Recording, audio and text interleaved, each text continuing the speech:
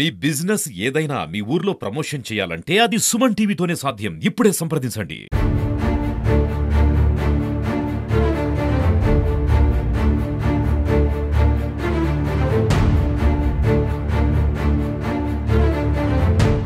ఈ విష వాయువులు విష పదార్థాలు ఇక్కడ ఈ వాటర్ లో కలపడం జరుగుతుంది. దీని ద్వారా ఈ మోటార్ నుంచి ఎక్కడికి పోతుందో తెలియదు. ఈ మోటార్ అయితే ఇక్కడ బిగించారు. చూడు, పంచాయతీరాజ్ సంబంధించి రోడ్డు పక్కన ఇంత పెద్ద గుంటాలో ఈ నీళ్లు అంటే ఈ విష వాయువులు ఉన్నటువంటి ఈ వాటర్ నవలడం అయితే నిజంగా ఈ కంపెనీల అరాచకాలు ఎట్లున్నాయో ఒకసారి మీరు చూడాలి, ఒకసారి అర్థం చేసుకోవాలి. ఎంత పెద్ద అంటే ఎంత మాఫియా జరుగుతుందో ఒకసారి అర్థం చేసుకునే పరిస్థితి. ఎందుకంటే పంచాయతీరాజ్ సంబంధించిన రోడ్డు, ఈ గ్రామంలో వెళ్ళామంటే రోడ్డు, మరి ఇక్కడ పిల్లలు సపోజ్ పిల్లలు ఇక్కడ వచ్చి కూడా ఇక్కడ పడ్డట్లయితే కూడా చనిపోయేటువంటి పరిస్థితి. నిజంగా ఇంత స్మెల్ వస్తుంది ఇక్కడ. ఈ విషవాయులు గ్రామంలోనే నడి రోడ్లో అంటే నడి ఊర్లో ఉన్నటువంటి ప్రదేశం ఇది. ఈ ఊర్లో ఇంత పెద్ద ఈ నీటిలో ఎన్ని విషవాయువులు ఉండి ఇక్కడ కూడా పట్టించుకునేటువంటి పరిస్థితి. మరి కంపెనీల అరాచకాలు మాత్రము నిజంగా మితిమీరి అని చెప్పొచ్చు. ఈ 20 సంవత్సరాల నుంచి విపరీతమైనటువంటి విషవాయువులను వెలువరిస్తున్నారు. ఎంత మంది చెప్పినా కూడా వినేటువంటి పరిస్థితి. మరి వీరికి ఎంత అధికారులు మరి ఎందుకు ఇంత నిర్లక్ష్యంగా వ్యవహరిస్తున్నారు, మరి పీసీబీ అధికారులు ఎందుకు పట్టించుకోవడం లేదు? చూడు, ఎక్కడ చూసినా కూడా మొత్తం చెత్త చెదారంతో కూడుకున్నటువంటి పరిస్థితి కనిపిస్తుంది. మొత్తం రెడ్ గా ఉన్నటువంటి పరిస్థితి. దీంట్లో ఎంత కెమికల్ ఉందో ఏందో కూడా తెలియనటువంటి పరిస్థితి. ఈ విషవాయువుల వల్ల నిజంగా గ్రామస్తులు మరి రోగాలు రాకుండా ఏమవుతుంది? ప్రతిరోజు కూడా వందలాది మంది హాస్పిటల్కి అయితే వెళ్లాల్సిన పరిస్థితి కనిపిస్తుంది. మరి ఇకనైనా పీసీబీ అధికారులు వీటిపై చర్య తీసుకుంటే బాగుంటుందని చెప్పి సుమన్ టీవీ అయితే వేడుకుంటుంది.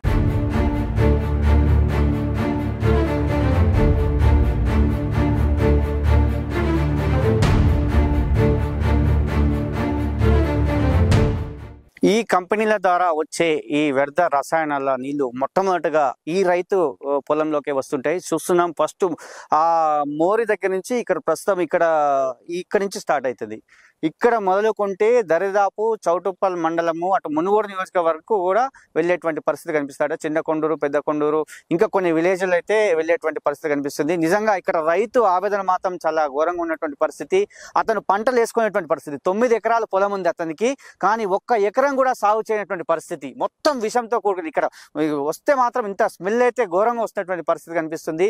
నిజంగా రైతు ఎన్నోసార్లు మొరపెట్టుకున్నాడు, ఎన్నో వార్తా కథనాలు కూడా వచ్చాయి, కానీ మాకైతే న్యాయం జరగలేదని చెప్పి రైతు యొక్క ఆవేదన, అతను బాధను చూస్తే మాత్రము ఘోరంగా ఉన్నటువంటి పరిస్థితి. వాళ్ళ తండ్రి ఇంటి దగ్గర ఉన్నాడు. అసలు ఇక్కడ రావాలంటేనే అతను ఇక భయపడినటువంటి పరిస్థితి కనిపిస్తుంది. వారి తనయుడు మనతో ఉన్నాడు, అతను మాట్లాడించే ప్రయత్నం చేద్దాం. చెప్పన్న, ఎన్ని ఎకరాల పొలం ఉంది, అసలు మీరు సాగు చేస్తారా లేదా? ఇక్కడ మాకు వచ్చేసి 9 ఎకరాలు ఉన్నది. నేను చిన్నగా ఉన్నప్పుడు వ్యవసాయం చేసిరు. అంటే సుమారుగా ఇప్పటికి మన దగ్గర 2002లో కంపెనీలు వచ్చినాయి. ఒక 5-6 సంవత్సరాల్లోనే పూర్తిగా పొల్యూషన్ చేసేసారు. మాకు ఇక్కడ 2 బోర్లు ఉన్నాయి. అక్కడ చివర ఒక బోర్ ఉన్నది. అక్కడ నుంచి పైప్ లైన్ కూడా వేయడం జరిగింది. మేము ఒక 2-3 ఇయర్స్ పంట పండించినాం. దాదాపు ఇప్పటికి 20 ఏళ్ళు అవుతుంది ఇక్కడ మేము పొలం ఏమి వేసినా పంట వేడ. లాస్ట్ టైం వరి నాటు పెట్టినాము, మొత్తం ఎండిపోయింది. ఏంటంటే ఎర్రగా అయ్యి చచ్చిపోతుంది. ఒక 60-70 వేలు పెట్టుబడి పెట్టినాం, 50 వేలు వచ్చినాయి. ఇంతవరకు ఇక్కడ సాగు చేయలేదు మీరు? 20 సంవత్సరాల సంది ఏం సాగు చేయలేదు. ఖాళీ పశువులు మేపుకుందాం అన్నా కూడా ఇట్లా మొత్తం ఫుల్ వర్షం వచ్చినప్పుడు ఏంటంటే ఇది మొత్తం నిండిపోతుంది. మొత్తం ఒక మన చెరువులాగా అయిపోతుంది. సరే, కనీసం పశువులకు మేపుకోనికైనా ఇవ్వడం కోసం అని ఇట్లా మేమే నా సొంత ఖర్చులతో ఇట్లా కట్టేసి ఒక 1 సైడ్ నుంచి వెళ్ళిపోవడం కోసం అని కాలువ చేసినట్లా. ఇంకా వాళ్ళతో వాదన చేసినాం. మీరు ఏం చేసుకోండి, మీరు దగ్గర ఫిర్యాదు చేసుకోండి అనే ధోరణి. పూర్తిగా అధికారుల నిర్లక్ష్యం వల్లనే ఇక్కడ పొల్యూషన్ జరుగుతూ ఉన్నది. మరి గతంలో 10 సంవత్సరాలు కేసీఆర్ ప్రభుత్వం నడిచింది. వాళ్ళ నాయకులవే ఇక్కడ ఉన్నటువంటి ఇండస్ట్రీలు అన్ని వాళ్ళ అడ్డదండలతోనే ఏదేచ్చగా విచ్చలవిడిగా వదులుకుంటూ నడిపిస్తున్నారు. వీళ్ళు కోట్లు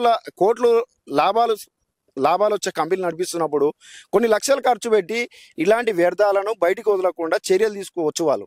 కానీ ఆ లక్ష్యాలు కూడా మిగిలించుకోవడం కోసం రైతులు ఏమైనా అయిపోతే మాకేంది, ఇక్కడ స్థానికంగా ఉన్న ప్రజలు ఏమైపోతే మాకేంది, మేము మా లాభాధ్యాయమే మా లక్ష్యం అని చెప్పి కోట్లు సంపాదించుకోవడం కోసం ఇక్కడ కంపెనీలు పెట్టిరు. ఇక్కడ జంతువులు కూడా ఇప్పుడు మేము మా తాతలు 5 అందరికి బర్రెలు ఉండే, ఒక్కొక్కరికి 10-12 బర్రెలు ఉండే. అన్ని నేను చిన్న ఉన్నప్పుడే అమ్ముకున్నాం. ఇప్పటికి దాదాపుగా నాకు 30 ఇయర్స్. నేను 10th క్లాస్ వరకు మాకు బర్రెలు ఉన్నాయి, మేపినాం. అవి కూడా పాలించే పరిస్థితి లేదు. మేపితే వాటర్ ఇవే పొల్యూషన్ వాటర్ తాపాలి, కొనుక్కొచ్చి పోసే పరిస్థితి లేదు. అవి కట్టట్లేవు, పాలు సరిగ్గా ఇవ్వట్లేవు, చనిపోతున్నాయి. ఇంకా వాటిని సాది కూడా ఉపయోగం లేదని చెప్పేసి కంప్లీట్ గా మేము ఇప్పుడు ఏంటంటే ఉన్నది అంతే. ఇంకా దీన్ని సాగు చేసే పరిస్థితి లేదు.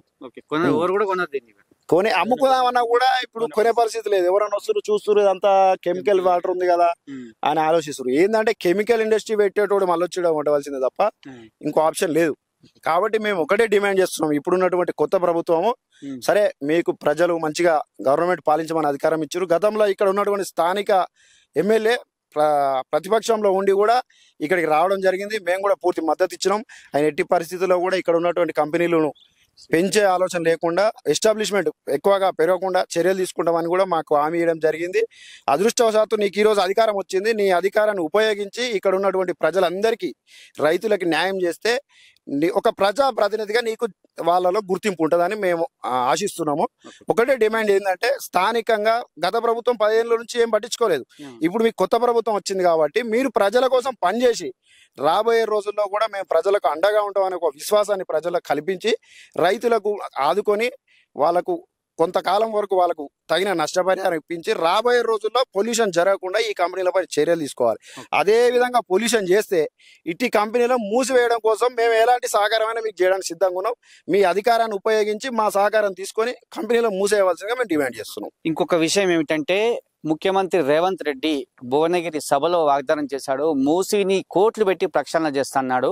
మూసీని ప్రక్షాళన చేస్తున్నటువంటి ముఖ్యమంత్రి నిజంగా అప్పటికి అంటే కుమ్మం అనిల్ రెడ్డి, ప్రతిపక్షం కుమ్మం అనిల్ రెడ్డి ఏమని వాగ్దానం చేశారంటే, ఈ గ్రామంలో ఉన్నటువంటి ఈ 7 కంపెనీలు కూడా తీసివేస్తాము, ఈ వ్యర్థ రసాయనాలు వెదజల్లుతున్నటువంటి ఈ కంపెనీలు మూసేస్తామని చెప్పి కుమ్మం అనిల్ రెడ్డి కూడా వ్యాఖ్యానించడం జరిగింది. కాబట్టి కుమ్మం అనిల్ రెడ్డి ప్రస్తుతం ఈ భువనగిరి నియోజకవర్గానికి ఎమ్మెల్యే కాబట్టి అతను ఒక రోజు ఇక్కడ మళ్ళీ వచ్చి సందర్శించి నిజంగా ఇక్కడ ఏం జరుగుతుందో తెలుసుకొని ఈ 3 గ్రామాల ప్రజల యొక్క పరిస్థితి తెలుసుకొని, 3 గ్రామాలే కాకుండా నిజంగా చౌటుప్పల్ మండలానికి కూడా ఈ వ్యర్థ రసాయనాలు పోతున్నాయి కాబట్టి మొత్తానికి ఇక్కడికి వచ్చి పర్యవేక్షించి ఇక్కడ ఏం జరుగుతుందో తెలుసుకొని ఈ కంపెనీలలో వ్యర్థ పదార్థాలు బయటికి రాకుండా ఇక్కడ ఏదన్నా చర్య తీసుకుంటే బాగుంటుందని చెప్పి ఈ రైతుల యొక్క ఆవేదన, ఈ గ్రామస్తుల యొక్క ఆవేదన. ఎందుకంటే ఇలానే కొనసాగిస్తే మాత్రం ఈ ఊరంతా చచ్చే పరిస్థితి కనిపిస్తుందని చెప్పొచ్చు. ఎందుకంటే మనం ఉన్నటువంటి గంట సమయంలోనే చాలా రకమైనటువంటి ఒక రకమైనటువంటి నెత్తిన వస్తుంది. నాకైతే విపరీతమైనటువంటి తలనొప్పిగా మారింది. ఈ స్మెల్ తోటి వామిటింగ్ సెన్షన్స్ కూడా రావడం జరుగుతుంది. నిజంగా దారుణమైనటువంటి పరిస్థితి ఇక్కడ ఉంది. మరి ముఖ్యమంత్రి రేవంత్ రెడ్డి గారు కూడా దీనిపై కొంచెం శ్రద్ధ వహించి భువనగిరి నియోజకవర్గంలో ఉన్నటువంటి సమస్యలపైన నిజంగా మూసే కాకుండా ఇలాంటి కంపెనీలను కూడా చూసుకొని దీన్ని పరిష్కారం చేసినట్లయితే ఈ గ్రామస్తులైతే వారు చాలా ఆనందం వ్యక్తం చేస్తారు. లేనట్లయితే వాళ్ళకు శాపంగానే, అంటే వారి యొక్క శవాలే కనిపిస్తాయని చెప్పి కూడా వాళ్ళు ఆవేదన వ్యక్తం చేస్తున్న పరిస్థితి కనిపిస్తుంది.